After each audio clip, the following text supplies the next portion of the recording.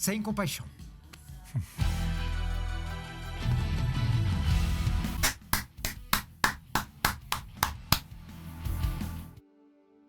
Meus amigos, tudo que é bom dura pouco, né, cara? Nossa, dura muito pouco, assim, a gente se despede de Cobra Kai, foram mais de 7 anos acompanhando essa série, e quem diria que os antigos rivais se tornariam os melhores amigos, e não só isso, eles iriam triunfar no final de Cobra Kai como amigos, como aliados. Eu tô até arrepiado, cara. Eu confesso pra vocês que eu chorei, tá, no final dessa série, o que é difícil, porque eu sou duro na queda, mano. Pra eu chorar vendo uma série, um filme, é muito difícil. Eu lembro de cabeça Friends, que eu chorei. No máximo, talvez Toy Story 3 e Cobra Kai foi mais uma delas, assim. É uma série que representa muito pra mim, vocês sabem disso. Mas, cara, não para por aí não, tá? Assim, a série acabou, mas a gente tem muito o que falar ainda de Cobra Kai, pô. Não sai daqui não, agora que tá começando. Como, por exemplo, Miguel e Sen indo pra Okinawa, a cena pós-créditos, Johnny e Daniel mais do que ativos no Karatê e principalmente a configuração pro próximo Karate Kid Legends. Porque eu não tenho a menor dúvida de que o William Zabka, o nosso queridíssimo Johnny Lawrence, ele vai aparecer em Karate Kid Legends nos cinemas daqui a pouquinho, cara. Eu tenho certeza, e a gente vai comentar sobre o final de Cobra Kai com spoiler no vídeo de hoje. Simbora, o último vídeo comentando a última temporada de Cobra Kai.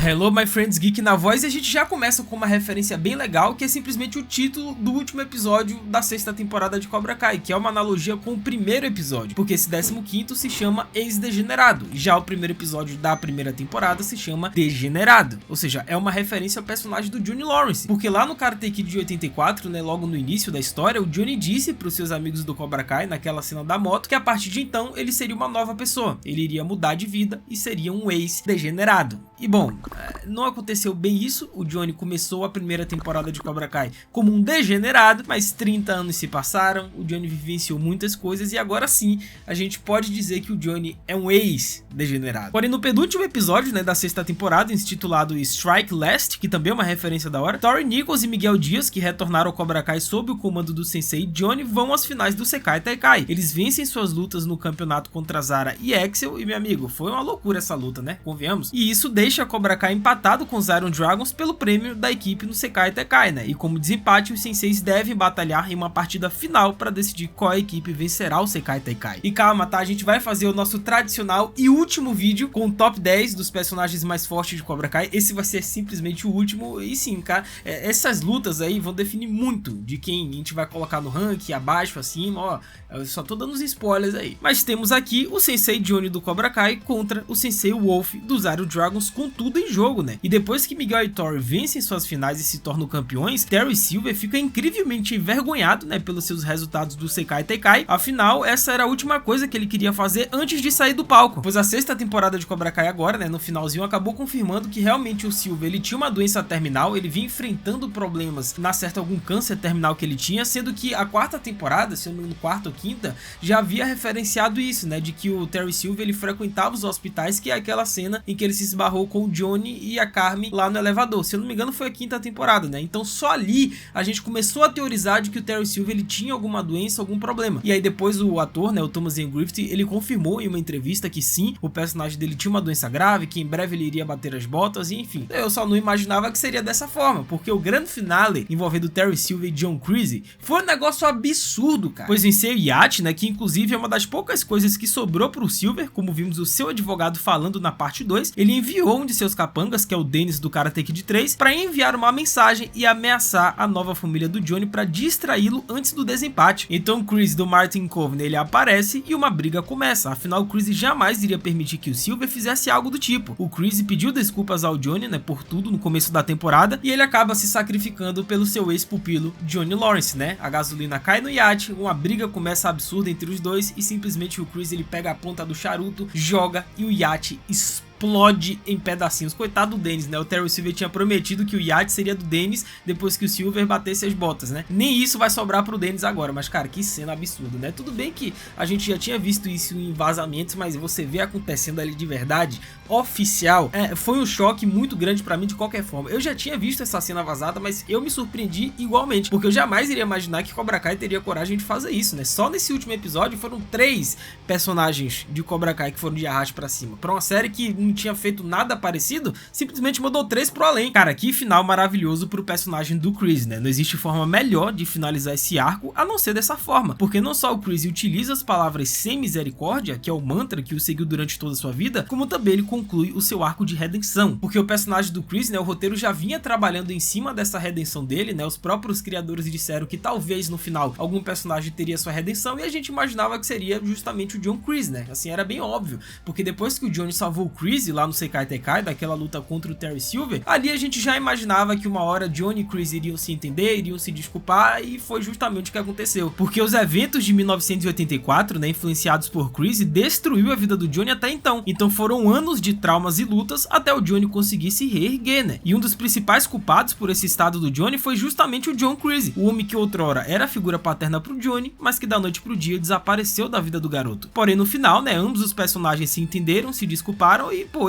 o Johnny, ele entendeu a importância que um teve na vida do outro, né? Inclusive a cena do Johnny chorando, cara, nos braços do Chris, assim, talvez tenha sido a cena mais emocionante de Cobra Kai, tá? Pelo menos foi a melhor atuada, porque o William Zabka deu um show de atuação nesse momento, né, cara? Ele se entregou totalmente nessa cena. Foi ele e o Martin Kove, né, 2 grandes atores, cara.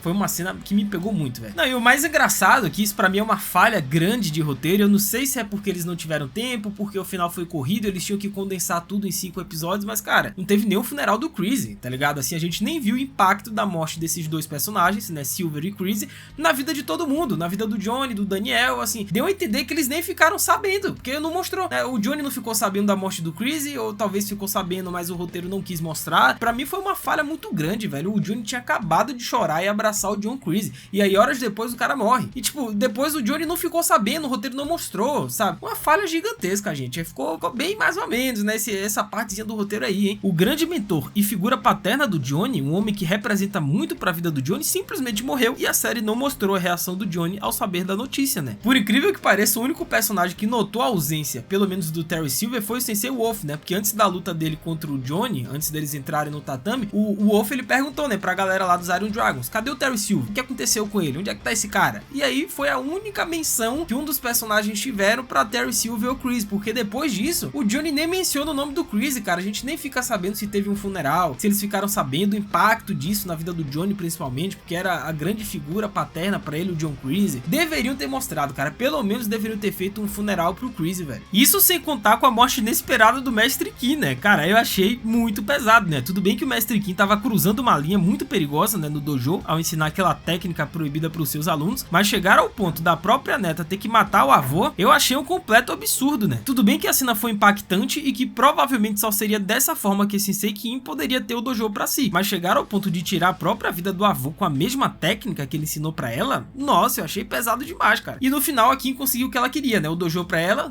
da forma dela, com os métodos dela, e ainda de quebra o Chozen apareceu, né? Para fazer umas carícias junto com ela. A Sensei Kim saiu muito vitoriosa nesse final aí, viu? Mas, cara, que cena pesada, mano. Como é que a neta mata o avô assim, gente? O que é que tá acontecendo com o Cobra Kai, velho? Inclusive, o Dimitri também foi outro personagem que roubou a cena nesse último episódio, né? O Dimitri aí, rapaz, fez umas coisas aí com a Yasmin que não posso comentar neste horário. E detalhe que no início desse episódio, o Johnny finalmente explicou o que aconteceu no Applebee's, né? Vocês lembram dessa treta, né? Que foi mencionado, acho que na 3ª temporada pela primeira vez, que o Johnny, ele havia brigado com alguém nesse bar no Applebee's, com o gerente, e envolvia uma sopa, não sei o que. Então agora o Johnny deu mais detalhes, digamos assim. Pois a primeira menção a essa treta do Johnny foi justamente na 3ª temporada, né? Quando ele foi preso depois de levar uma surra após começar aquela briga com os 2 caras lá do lado de fora do bar. E os policiais se referiram a ele como o cara do Applebee's. E o Johnny, no início desse último episódio, ele explica pra sua falecida mãe que ele tentou afogar o gerente com uma sopa, velho. E embora o Johnny não conte os detalhes, mas é legal saber que o roteiro de Cobra Kai abraçou o fanservice, né? Porque esse lance do Applebee's era sempre uma incógnita, né? Era sempre uma coisa que os fãs tinham em mente, que eles queriam saber o que tinha acontecido. Era mais uma piada interna entre os fãs do que qualquer outra coisa relevante pra trama, né? E no final eles lembraram da gente, cara. Lembraram dos fãs da piada do Applebee's. Eu achei isso bem legal. E outra coisa bem legal também, cara, deixa a voadora no like aí embaixo. É o último vídeo comentando o último episódio de Cobra Kai. Assim, é muito importante isso daqui. Deixa a voadora, se inscreve no canal, ativa o sininho e segue o Geek lá no Insta, @LucasMGeek. Eu vou continuar postando muitos conteúdos de Cobra Kai, ainda mais agora que já saiu a parte 3. Tem muita coisa pra gente falar ainda. Deixa a voadora, faz tudo isso, se inscreve, segue lá, que é nóis.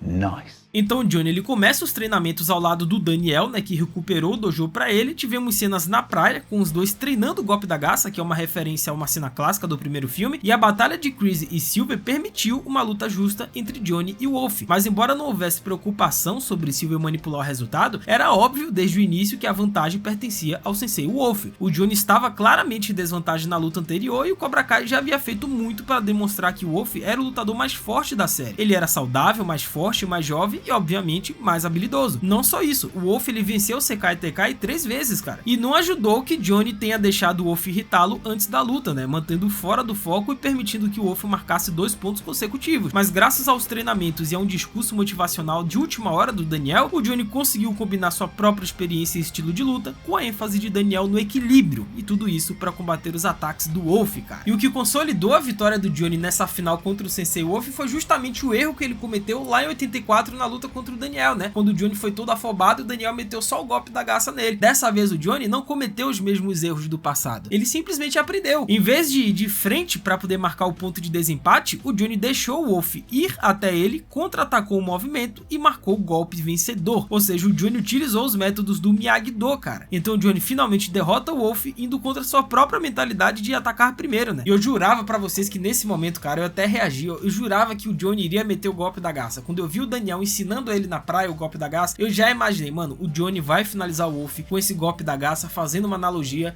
à luta clássica de 84. Eu tinha certeza, o Johnny até preparou o movimento dos pés, eu pensei que ele ia levantar o pé, mas não, ele não fez isso. E até foi uma decisão acertada do roteiro, tá? De não querer imitar e deixar esse golpe da garça pro Daniel mesmo. Então, após sua vitória sobre o Wolf, Johnny recuperou seu antigo dojo Cobra Kai, graças a Daniel negociando um acordo com o Zarkire, né, que era o dono do shopping. E como as cenas finais provaram, Johnny agora voltará a ensinar aos adolescentes, né, o caminho do punho, semelhante a como ele operou nas 2 primeiras temporadas, né, embora uma visão atualizada dos 3 princípios orientados do Cobra Kai. E além de Cobra Kai estar de volta à operação, o Daniel vai continuar a comandar o seu dojo Miyagi-Do, e depois de conversar com a Amanda, o Daniel percebeu que ser um sensei faz parte de quem ele é. Mas em vez de terem dojos completamente independentes, os dois formaram uma parceria única que tem algumas semelhanças com a sua aliança entre as temporadas 4 e 5, né? Então ambos têm seus próprios dojos, mas compartilham e basicamente emprestam alunos um ao outro para garantir que eles tenham um treinamento adequado em uma luta ofensiva e defensiva. E além disso, Cobra Kai encontrou espaço para dar um encerramento a Daniel em relação às suas preocupações persistentes sobre o passado do Miyagi, né? Porque graças à mãe do Daniel, que também tinha tido um certo relacionamento ali com o Miyagi, que a gente não conhece ao certo a profundidade daquilo, mas ela revelou que o Miyagi se envolveu justamente numa briga porque roubaram o colar dela. E foi justamente esse colar que o Miyagi deu para a mãe do Daniel e o Daniel passou para Samantha. E acontece que o colar foi a razão do roubo violento e da agressão pelo qual o Sr. Miyagi foi supostamente responsável em 1947. Pois como a mãe do Daniel explicou, o Sr. Miyagi estava tentando recuperar o colar que pertenceu à sua esposa e antes disso à sua mãe. E sua esposa o tinha quando foi mantido em um campo de concentração japonês e ele foi roubado por um dos guardas. E depois de ouvir a história, o Daniel agora entende que a pessoa que o Sr. Miyagi espancou em 47 era o ladrão, o que significa que seu mentor era inocente de qualquer crime, cara. Mas calma que não terminou não, tá? Mesmo assim, o roteiro de Cobra Kai ainda não nos explicou por que e como o Sr. Miyagi matou aquele cara lá no Sekai Tekai. Vocês lembram que o Miyagi participou e que ele supostamente tirou a vida de alguém durante o torneio? Então, o roteiro deixou isso aberto, deixou essa pontinha aberta aí, porque obviamente tem a série do Sr. Miyagi, que já está em desenvolvimento, é uma série prequel, que vai retratar o passado do personagem, né, do mentor do Daniel lendário, e que já está em desenvolvimento, né, estágios avançados de negociações, e em breve a gente vai ter novidades, data de lançamento, o casting, o elenco, o trailer, imagens, enfim, vai acontecer, o Miyagi-verso vai continuar, está mais vivo do que nunca, e vai ter uma série do Sr. Miyagi, cara, por enquanto, talvez tenha mais depois. Inclusive aquela cena de luta, né, do pesadelo do Daniel envolvendo o Sr. Miyagi foi sensacional, né, gente? Eu havia dito pra vocês, tá? Eu fiz um vídeo aqui no canal há semanas atrás, e isso não era vazamento ou algo do tipo, era mais uma modificação de imagem que um fã ele fez. Ele descobriu que nessa cena do pesadelo do Daniel, que já havia sido liberado pela própria Netflix, tinha simplesmente um braço escondido atrás do Daniel, e aí meteram a imagem no Photoshop e descobriram que aquele braço, aquela roupa pertencia ao Sr. Miyagi. Então a gente teorizou de que nessa cena o Daniel iria lutar ao lado do Sr. Miyagi, cara, e realmente as nossas teorias estavam certas, e foi uma luta sensacional. Obviamente que é uma referência à cena clássica do primeiro filme, né, lá na festa do baile da escola, do Halloween, que os Cobra Kai vestidos de esqueletos atacaram o Daniel, e aí o Miyagi apareceu, e novamente aconteceu em Cobra Kai, né, referenciando essa cena. E notem que os movimentos que o Sr. Miyagi fez nessa cena agora aí de Cobra Kai foram exatamente os mesmos movimentos que ele fez lá em 84, no filme do Karate Kid, atacando lá o Johnny os meninos do Cobra Kai. Os mesmos movimentos, cara.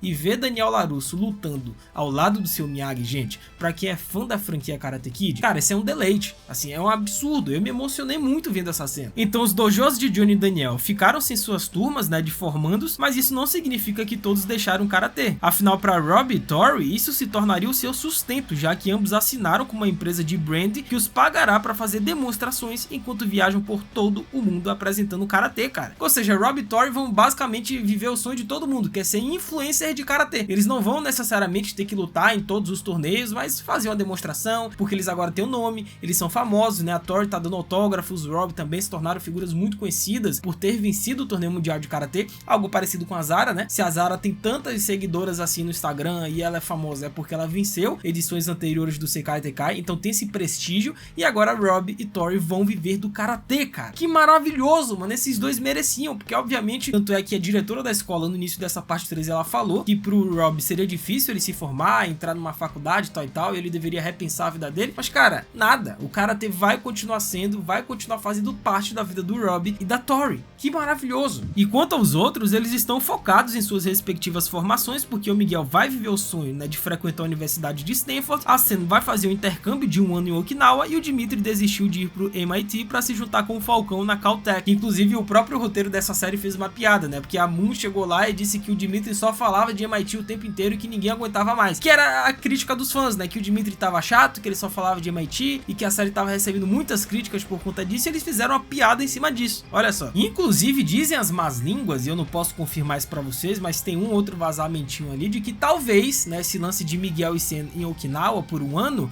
seja meio que uma ideia de um spin-off. É uma ideia que Cobra Kai tem de fazer uma série derivada de Sen e Miguel, e vamos ver. Vocês gostariam de ver uma série deles dois em Okinawa aprontando alguma coisa? Comenta aí. E enquanto isso, os alunos mais jovens, como Kenny, Anthony e Devon, vão continuar seu treinamento com Johnny e Daniel e vão competir em torneios, né, como o All Valley. E no final da série confirma que Anthony treina principalmente com Daniel, enquanto Devon é Cobra Kai. E pelo que parece, Devon e Kenny são agora os lutadores mais fortes nos dois dojos. Mas e aí, vocês curtiram esse final de Cobra Kai? Vocês mudariam alguma coisa? E teve cena pós-créditos. Vocês sabiam disso? Eu vou fazer um vídeo ainda somente sobre isso, porque essa cena, embora curtinha, mas ela representa muito pra Cobra Kai e pro futuro do Miyagi-Verso, incluindo aí o Karate Kid Legends, então eu quero fazer um vídeo somente sobre isso. Mas cara, foi uma cena pós-crédito sensacional, né? Apareceu lá os criadores de Cobra Kai, o Daniel fazendo a referência lá com os pauzinhos, né? Os hashi pra pegar a mosca, não sei o que. Sensacional, mas hoje à noite eu vou fazer um vídeo sobre isso, tá? Não agora. Meus amigos, chegamos ao fim de uma jornada.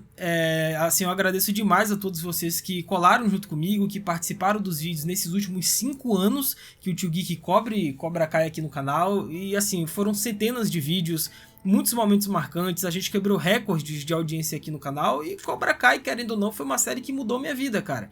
Mudou minha vida em todos os aspectos que vocês possam imaginar, e vocês podem ter certeza que esses personagens e essa história vai ter pra sempre um momentinho, um espaço guardado no meu coração, cara. Johnny, Daniel, Miguel, Rob, Falcão, só de saber que a gente não vai ver mais esses personagens juntos, interagindo juntos nessa historinha simples de Cobra Kai, mas que é muito divertida, já me parte o coração, cara. Mas olha, a jornada foi muito boa, a jornada foi muito interessante. Eu gostaria de agradecer demais a todos vocês que colaram comigo aí nesses últimos 5 anos cobrando Cobra Kai. É isso, até a próxima, valeu, falou, e Cobra Kai nunca morre.